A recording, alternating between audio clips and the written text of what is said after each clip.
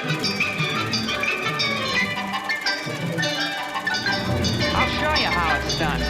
Shazam!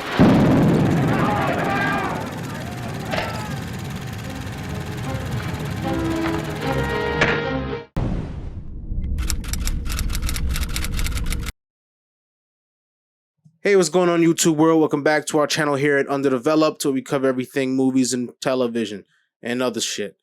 And today we have another movie review for you for the movie Tetris, on streaming now on Apple TV Plus. So if you have Apple TV, or if you don't, just spend that $6 and watch it. Yeah. Or if you really want to, you could see this in theaters. I think it's still in theaters. Oh, cool. I mean, I think it's worthy enough to be in theaters. Yeah, it's not a bad movie by any means. And this movie is directed... So Tetris is directed by John S. Baird. John S. Baird hasn't done too much big things, but he's done this one movie that's just a biopic of Laurel and Hardy. It's called Stan and Ollie. Tetris is about, as I said, Henk Rogers as he goes to the USSR, Russia, and tries to get like pretty much the rights to Tetris, which is under the Soviet control, under the Communist Party.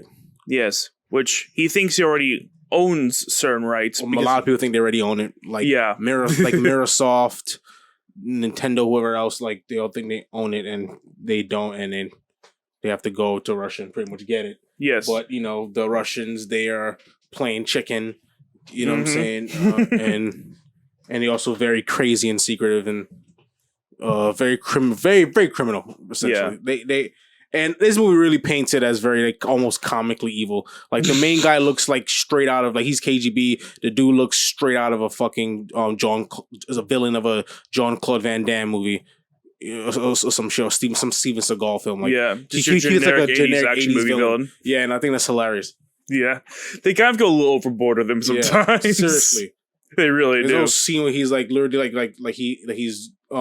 he has the creator of Tetris. He's threatening him with his children by just like he's like outside of a window of like a bridge that connects two apartment buildings. He pretty much have like a he's comparing like chair and a coin and making them both drop just to see which one drops faster. Yeah. But he's like gravity's the pair was gonna drop at the same time.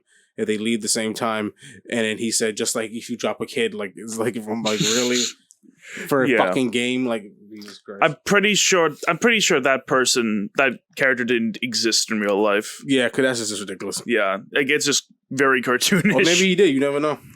I mean, the documentary I saw about the making of Tetris did not mention him at all, so I'm assuming he didn't exist. Okay. Because, I'm gonna put it to you straight. I'm going to recommend the documentary over this. Like, it's the story of Tetris by Norman Caruso, otherwise known as the gaming historian. You can find it on YouTube for free. Most biopic docs usually generally more entertaining than biopic films itself. Yeah, this is an example where I think the documentary it's about half as long, but it's like arguably twice as good. So I think I can highly recommend that one over this, even though this itself really isn't bad by any means. Yeah. This movie is, I mean, it pretty much gets the point across, from beginning to end. He's just location, from scene to scene, just trying to get this shit done, and the increased risk is added. You know what I mean? Because the main dude, Henk Rogers, he's broke at this point. He's leveraged up to his ass to get this game out. You know what I'm saying? And now he's competing with Mirosov. Mirosov screws him over. So he's trying to, you know what I mean? So, you know what I'm saying? So now he has to outbid them essentially, and just, and the Russians are pretty much like leveraging everything. Well, because Mirosov, the dude at Mirosov, I forgot his name, Maxwell, Robert Maxwell, I think his name is, like, since he has connections, stuff like that, he's using his connections to pretty much pay off, KGB officers, stuff like that, so he can get the rights to it. Mm-hmm. Yeah. So essentially, the communists are playing capitalism better than the capitalists. They are, because they were smart enough to be like, hey, we have 3 different offers coming in. Let's see who can provide what, who's trustworthy, who's reasonable. And Henk Rogers decided if wasn't trustworthy because he had no fucking money left. Mm-hmm. Say he was leveraged up to the ass. Yeah. He was like he was the guy who had who arguably had the least to bring to the table, especially in terms of immediate money. But he ended up like coming through at the end because, well, his competition was just that shitty. No. Yeah. Like Henk Rogers, like I did a little bit digging on Henk Rogers in real life, and he seems like a pretty interesting character. He did like a whole bunch of shit. Like in this movie, they portray him as like kind of this shady businessman almost sometimes. Like there are many times where it comes across like he's just kind of wild, all very passionate. At the beginning, it seemed, but like as time went on, he really wanted to give the inventor of the game his fair due credit because the Russians definitely wasn't going to do it. Yeah. Because since he developed the game under Russian facilities, the rules through the Communist Party and the Russians, whatever else, is that pretty much they own the shit straight out. So he can never profit off of it because he made the game in the government facilities and government equipment. It belongs to the government. Yes. So it's not. So that shows you the bad side of. That shows you like pretty much the bad side of communism in comparison to, you know what I mean, capitalism. Because capitalism has its faults too, but you know we saw capitalist greed, especially Robert Maxwell. He looks like greed personified. Like he looks like a pig essentially. Yeah, he really does. He comes across that way absolutely in this movie, which like he looks like the sin for gluttony. Mm-hmm. And even was called greedy in the movie too by Toby Jones' character. Yeah, well, that's because he really was. Like, yeah. Remember, like he didn't want to pay $1 million, but that's because he owed like $900 million, and he embezzled like billions of dollars. No, it's not that he owed. No, he owned way more than $900 million. He was nearly $5 billion in debt. No, he stole $900 million, and he was he was leveraged up to his ass with $5 billion in debt. Yeah, that's what it said. Yeah. So he was trying to pay $1 million. Mm-hmm. Yeah, and he's trying to lie to everyone because he's a fucking crook. Oh yeah, like that guy was as shady as shit. Yeah, and this movie did a good job painting that. Like this is very much a movie about desperate people making risky decisions about things they don't own. That is basically what this movie is. Pretty much. Yeah, which I mean, as far as I can tell, it's mostly accurate to the original story, to like what actually happened in real life. Keyword being mostly, because there are definite things here that I'm convinced did not happen. I'm convinced that car chase didn't happen. The car chase in the movie, that's obviously for dramatic in effect. And hey, we have a budget, so let's do a fun action-packed scene where they pretty much getting chased by the KGB. And they like pretty much Argo Holmes had this very similar kind of sequence where he was like outrunning the military to get out the fucking country. Yeah. And overall, there are certain things in this movie that I thought were just done kind of weirdly. Like, I noticed this movie has a lot of transitions where it will there will transition like with this quick little pixel graphic segment that looks like a generic retro video game, and then it'll just use that as a transition. I'm like, I don't know. I feel like it kind of takes me off the movie at some points. I feel like you're trying way too hard to make it video gamey when you do stuff like that. When I feel like when this movie shines the most is when you really get to the absurdity of the very real things that are happening. That all this drama with the weight that literally will cripple a massive country is all over Tetris. That thought alone is realistically just hilarious. And that's when the movies has the best parts, in my opinion, is when you really get to that absurd level. Yeah. Yeah, because it's just so serious, but it's just Tetris. Yes, but it's so serious. A game. A fucking game can lead to the fall of the Soviet Union. Like, yeah. Yeah, economic systems are collapsing. People are threatening to kill each other. People's livelihoods are being ruined over this. Yeah. It's some insane shit, and that's great. At least it's great in the context of it being a movie. It's less great in the context of that being things that happened. Yeah. That's pretty insane. Yeah. Other than that, that's pretty much my opinions on it. Well, I do have one other thing to mention.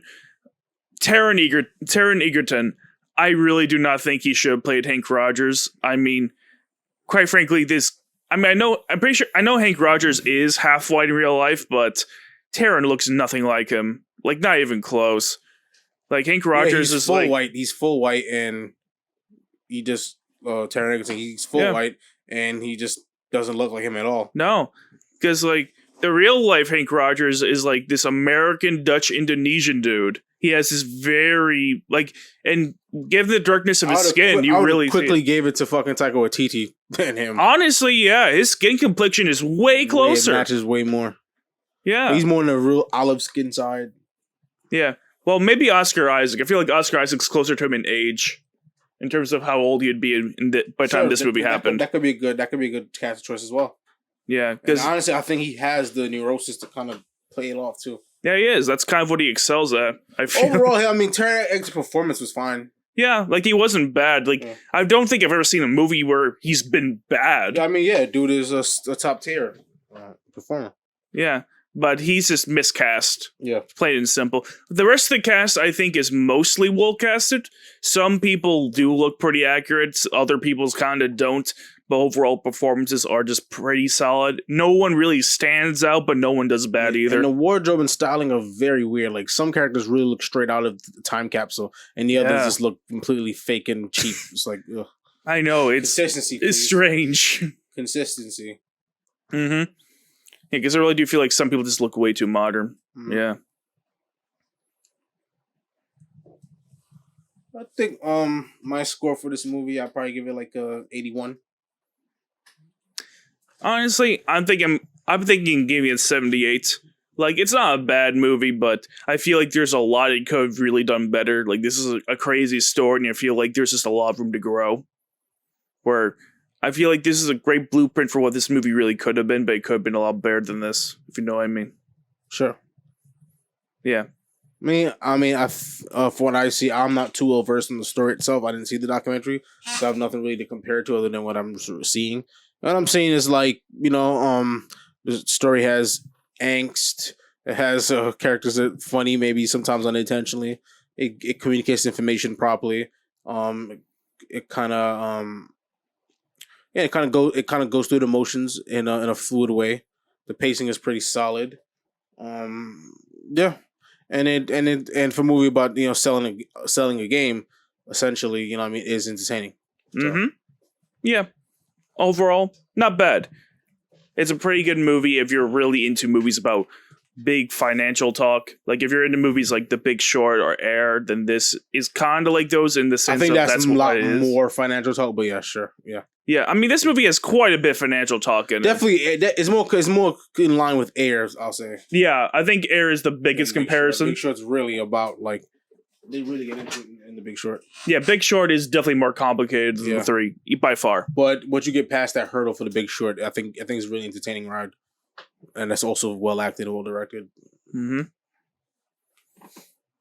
But yeah, neither here or there. But yeah, that's my score. So I think if you're interested in that kind of this kind of style of movie, like a dark comedy, some angst, you know, financial talk, business talk, real world affairs kind of thing, then, you know, this is a movie that you may want to check out. And also if you're interested in Tetris, then, you know, why not give this movie a try, or at least the documentary?